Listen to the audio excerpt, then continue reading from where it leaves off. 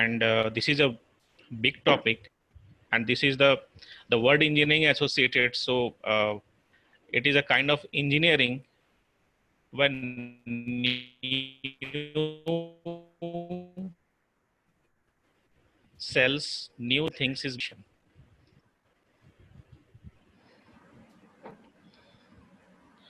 So genetic engineering, it is also known as genetic modification or genetic manipulation, is a direct manipulation of any organism's gene using biotechnological application. It is a set of technology used to sir ये change the. बड़ा नहीं होगा क्या F5 से slides?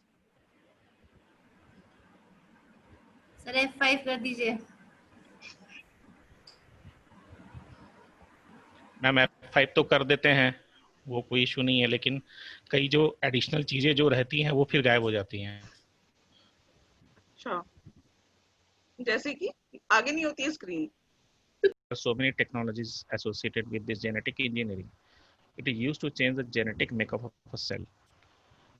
It actually includes the transfer of genes within and across a species boundary to produce improved any novel kind of novel organism. So this novel organism is having characteristics of 2 or 3 domains. Sometimes it is also called chimeric molecule or a chimera. New DNA is obtained by either isolating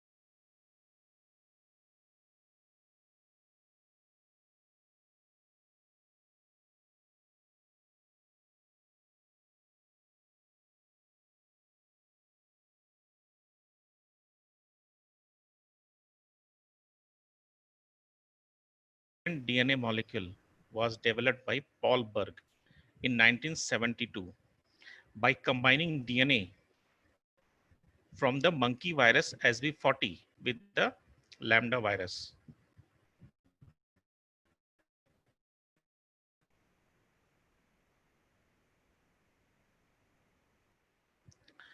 ठीक है, the new DNA specific part of the genome. So this is the introductory part of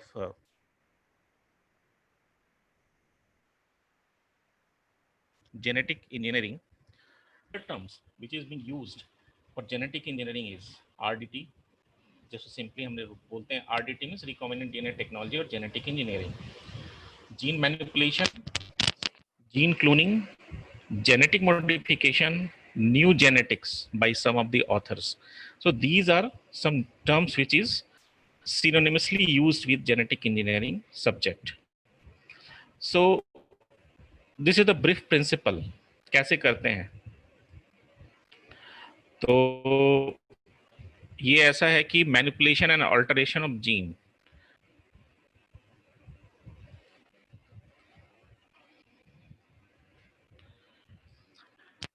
होता क्या है कि artificially copying a piece of DNA from one organism and joining this copy of DNA into the DNA of other organism. It is sometimes called cut and paste technology, where one piece is cutted from one organism and it is being pasted into another organism. तो ये होता कैसे है? क्या ये is it so easy that you cut one stretch from one organism and just paste it into another organism? No, it is not that easy.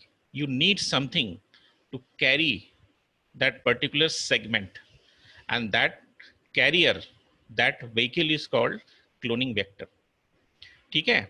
And in most of the cases the cloning vector is a plasmid, a manipulated natural plasmid or artificially synthesized plasmid. In this particular case, eukaryotic chromosome is taken into account. This eukaryotic chromosome is first cleaved with the help of specific enzymes. These specific enzymes are called restriction endonucleases, that is REs. Why it is called restriction? I mean, enzyme is there. So that word is means it is specific for a specific stretch. It actually recognize a kind of sequences to which it is complementary. Fine. I will show you in the next subsequent slides. So this cloning vector is cleaved with restriction endonuclease, and this DNA fragment of interest is cleaved with the same site. And here you have to select restriction endonuclease enzymes. Then the fragments are ligated to the cloning vector. And this ligation happens here with the help of DNA ligase enzyme. This is again a very specific enzyme which performs molecular ligation. That's why it is also called a molecular gum. Now this is a recombinant vector. This recombinant vector now contains this plasmid plus gene of interest. This is also called construct in general laboratory practices, and theoretically it is called chimera molecule. ठीक है? अब ये जो recombinant vector है, it contains vehicle, that is vector plus gene of insert. This DNA is introduced into the host cell. How? With the help of several techniques. One is injection, heat shock method, gun method. There are so many different techniques through which this chimeric molecule is inserted into the host cell. And because this plasmid has got self-replicating capability, it replicates inside the host cell and it increases its number. Okay? So this is a general methodology through which a recombinant molecule is finally replicated inside the host cell. Okay? Now come to the enzyme, that restriction enzyme which I have quoted. So the genetic engineers toolkit or molecular tool, namely the enzyme, are most commonly used in recombinant DNA experiments. ठीक है? तो RE, that is restriction enzyme, and DNA ligase, which helps in joining the cuts of DNA. तो अब restriction enzyme कैसे काम करता है? This is a general, picture which shows कि restriction sites कहाँ पे कैसे कट कर सकता है. ठीक है? And it is molecular seizure, and because of its specificity, it cuts DNA at a very specific site. And if it cut to any specific site, that particular zone is called restriction site for that enzyme. Its naming, its nomenclature is also an interesting part. This is EcoR1, and it is isolated from Escherichia coli.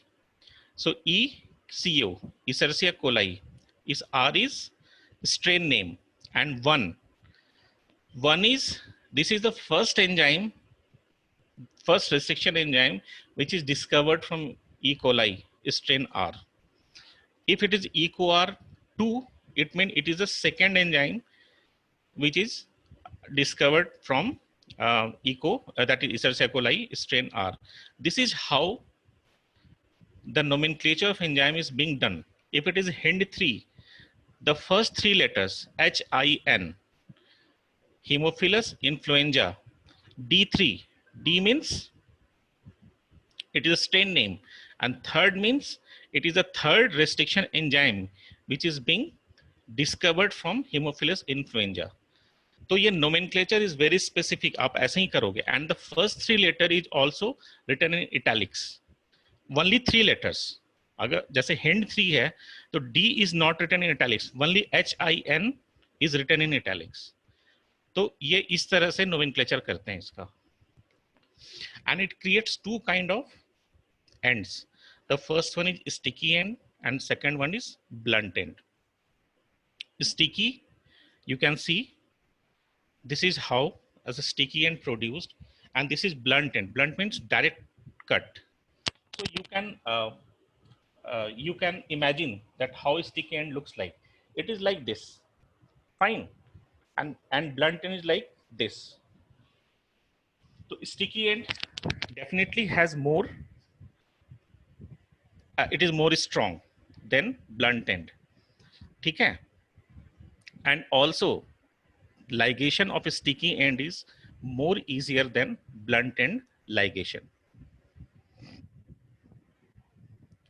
So this is one part of human DNA, and the task is to ligate at some portion of this human DNA into this plasmid DNA. Fine. So here it is called like Bejet's like. You have given a task to ligate here, and the restriction enzyme is EcoR1. So you have to digest both plasmid and this DNA with the help of same enzyme. ठीक है? So when you digest with the help of EcoR1, it creates sticky end, and human DNA also creates sticky end, and it is annealed, I mean pasted here with the help of a particular DNA ligase. There are several sources of DNA ligase. One very popular source is virus. So these are some of the examples I have listed here. The list of restriction enzyme restriction endonucleases here, and which portion they cut. ठीक है? They cut in this manner. ऐसे आता है, ऐसे कटा. Here it is. So it is called GATC. G. EcoR1 AATTA. So this manner they cut, that is staggered end. And the bacterial sources, BAMH1, Bacillus aeruginosa, EcoR1 Escherichia coli, that EcoR1, 2, okay, HEND 3, Haemophilus influenza. So these are few examples of restriction endonucleases and their bacterial sources. The same thing. Now, idea about the host.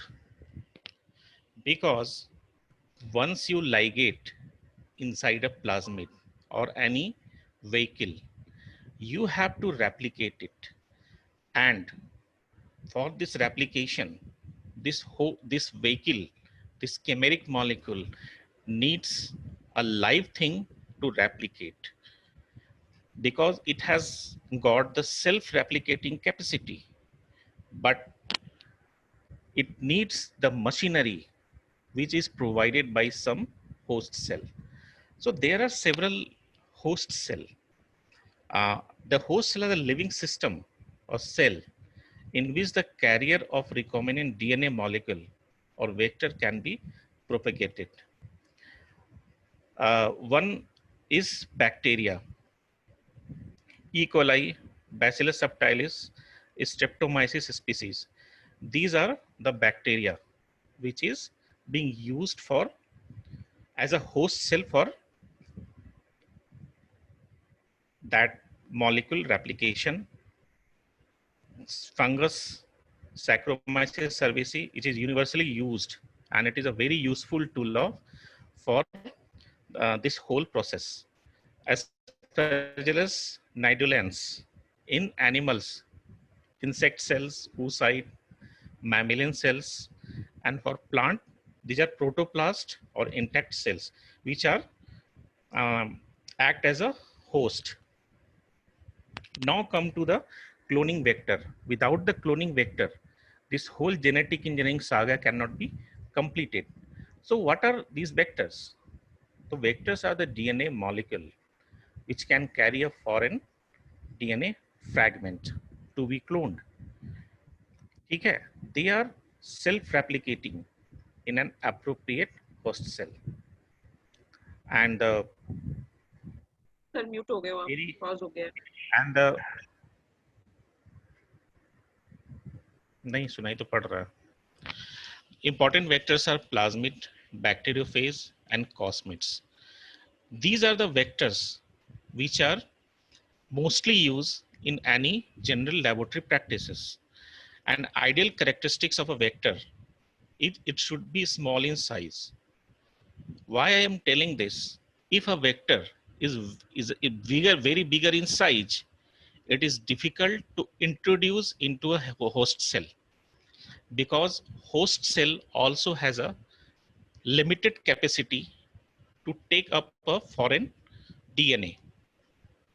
ठीक है? तो this PVR 322, this is the first vector which was commercially available for cloning purposes. On the basis of this PVR 322, so many new vectors are designed for cloning purpose. You know, this plasmid is actually naturally occurring entity inside a bacterial cell, and this is very much needed by the bacteria for its survivability. It has caught the attention of scientists to manipulate this entity for their benefit, for the benefit of mankind. But there was a problem. The naturally occurring plasmids are very big in number. It is generally in the range of 30 kb to 250 kb. And it is definitely very difficult to manipulate such a large entity. That's why they have screened it and evaluate that which parts of a natural plasmid is actually needed. The minimum requirement to replicate inside a host cell is being screened, and that particular portions are manipulated and created inside the lab, and that small plasmid is now in the use. This virus vector alphaphage is also very much in use, where this is a head, it contains DNA. Here the chimeric DNA is being formed, and it is landed onto the host cell, and with the help of its replication mechanism, it forms new cell inside the host cell, which is ultimately burst out from there. And one last I am discussing here, that is cosmids. It has the characters of both plasmid and bacteriophage. Fine. And it is constructed by adding a fragments of phage DNA to plasmid. A foreign DNA. So it increases the capacity of foreign DNA ligation, that is foreign DNA intake for this cosmid. Fine. Plasmid has a limited capacity. It can clone up to 8 to 10 kb of insert only. That insert is obviously a DNA fragment or a gene, but gene is not is that much of size. So this cosmid increases the capacity of insertion. Fine. So these are the methods of gene transfer. I'm not these three I have discussed, like cloning vectors, that plasmid, phage, and cosmid. There are some other vectors as well, that are bacterial artificial plasmid, yeast artificial plasmid. They can accumulate, they can adjust long stretches of DNA. Okay, but that I have not included in my today's discussion. So once you ligate inside that vehicle, the next step is you have to push that DNA, that construct inside the host, and it is not that easy. How you push it? These are the list of methods through which you can transfer your gene of interest. These are transformation, electroporation, conjugation, transduction, microinjection, and liposome mediated gene transfer. These are some of the methods which is being used for gene transfer methodology. So this is a general diagram which is showing how transformation can take place. So this is a recombinant plasmid which, with the help of different restriction enzyme, digestion of both vector and insert, and ligated with the help of DNA ligase, you have prepared this recombinant plasmid. And this is your host cell. In this case, I have taken E. coli. Okay? And this is transformed with the help of either freeze thaw method or electroporation methods.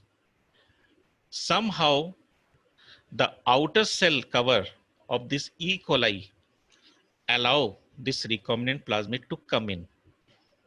And if it allows, now this cell is called transformed cell because it contains your recombinant plasmid. Now you can use it for further engineering.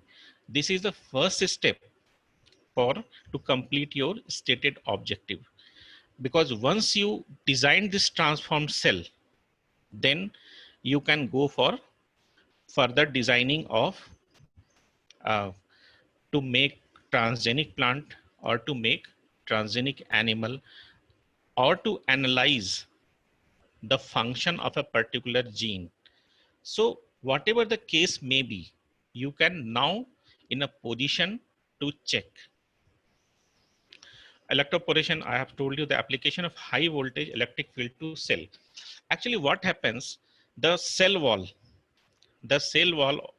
is a kind of barrier from outer environment to inner environment of the cell. Once you apply voltage, that voltage is not very much high, but it is given for milliseconds only, because that host cell, that bacteria is not a bigger entity, is not a bigger organism. If you apply for more seconds, it will die. Just for milliseconds it is given. The pore will open just for few, milliseconds, just for milliseconds. And that millisecond create wonder because it allow the recombinant plasmids to come in.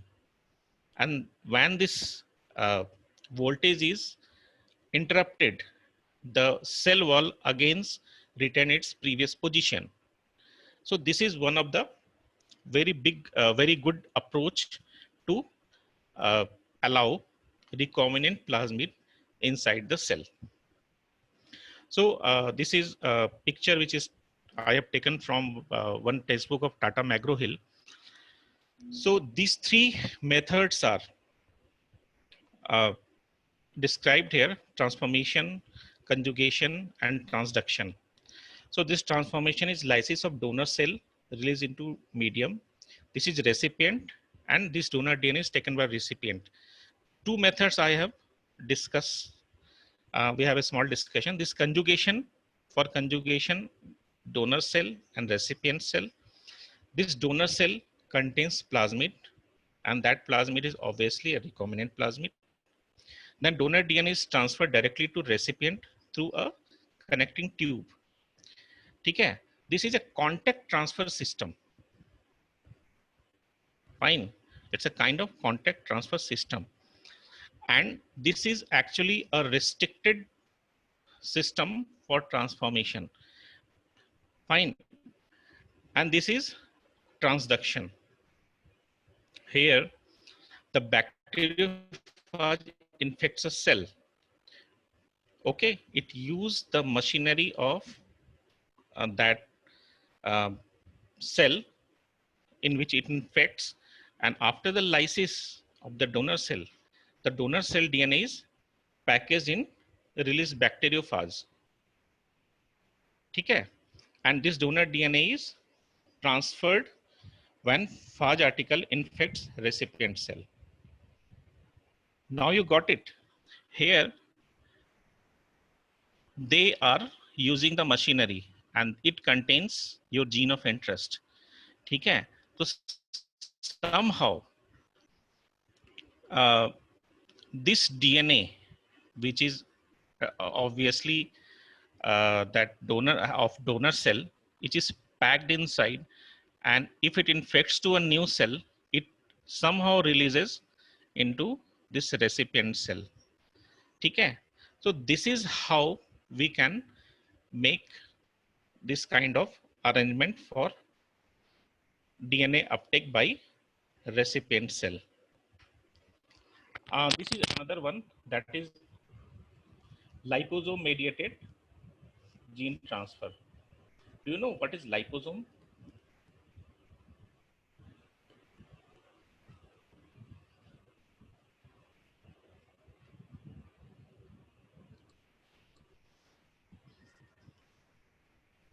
Liposome is a spherical vesicle having at least one lipid bilayer. Okay? This liposome can be used as a vehicle for administration of nutrients and pharmaceutical drugs. This liposome mediated gene transfer is very much used for the drug study, for the pharmaceutical study. Okay? You could see its structure. It has nonpolar phase, aqueous phase, lipid bilayer. It can easily adhere on the surface of cell membrane. ठीक है, इसकी property है, ये बहुत आसानी से adhere हो जाता है, बहुत आसानी से चिपक जाता है. Whatever you inserted here, whatever the molecule, gene or a stretch of DNA, even a protein, you can adhere inside this liposome, and it liposome very easily come inside the cell membrane, and it will start showing its function. I think I have one picture related to this. I can show you.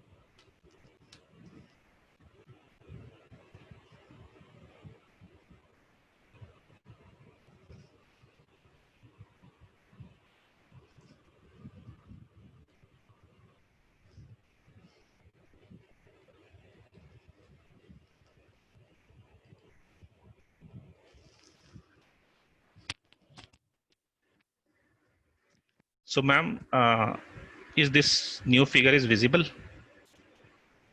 ठीक है. Visible है. ठीक है. तो students, this is fusion with DNA containing liposome. I have taken example of animal cell. This is liposome. ठीक है. You can compare this liposome with the with detergent bubbles. ठीक है. When you put detergent inside the water, you can when you shake it, it creates a kind of froth. ठीक है. That froth, that bubble, it is the same like that of liposome. So this DNA is somehow inserted inside. ठीक है. And this fusion, the DNA transfer to the nucleus. ठीक है. Because this is a necessary step. If the DNA will not being inserted directly into the nucleus, you cannot assess its role. So this is how this fusion of DNA containing liposome is being shown in this figure.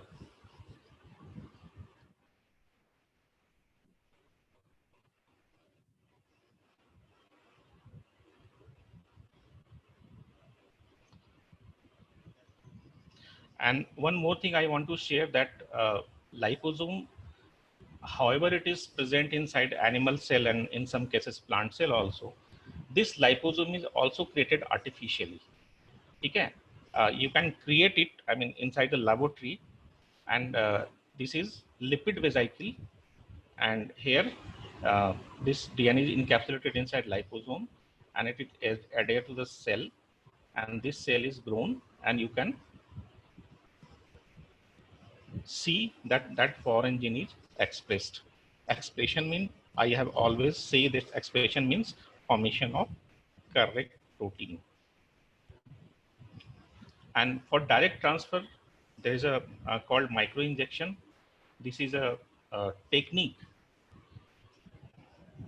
widely being used in animal cell culture, and one is particle bombardment. Particle bombardment is with the help of one instrument where the DNA which is being analyzed, or which you want to make any kind of transgenic, or you want to see any kind of effect, either it's toxic or non-toxic. This DNA is plated or coated on a tungsten or a gold particle, and it is directly shoots on the surface of leaf or nodule or other part of the plant, and it is kept for some day in a controlled environment, and directly it is used for tissue culture practices. ठीक है? Once it grows, then it is evaluated or screened that gene of interest is there or not. If it is there, that events are further propagated. ठीक है? So this is direct transfer of gene. Now come to the application. I have already touched some of the very basic ideas of recombinant DNA technology or genetic engineering, where we have an idea of vehicle, that is vectors, host cell, the enzymes which are used for this purpose, and that ligase one. So now we have a complete picture in front of us, that these are the 4 basic pillars of genetic engineering. Now there are several applications of RDT or genetic engineering.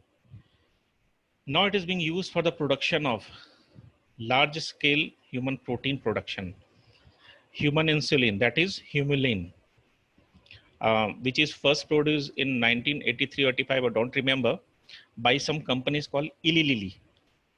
Recombinant blood clotting factors, hepatitis B vaccines, monoclonal antibody, recombinant enzymes, and several new things in recent times.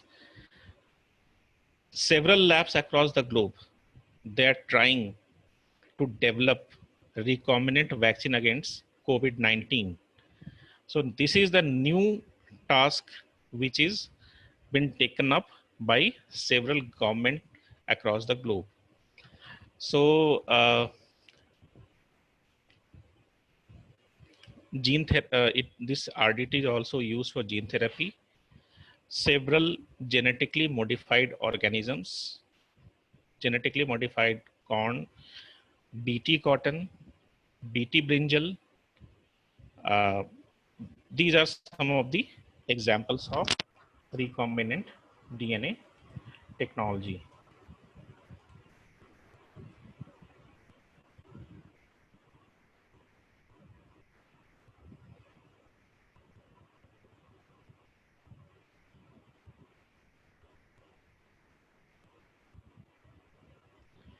So genetic engineering have a wider use.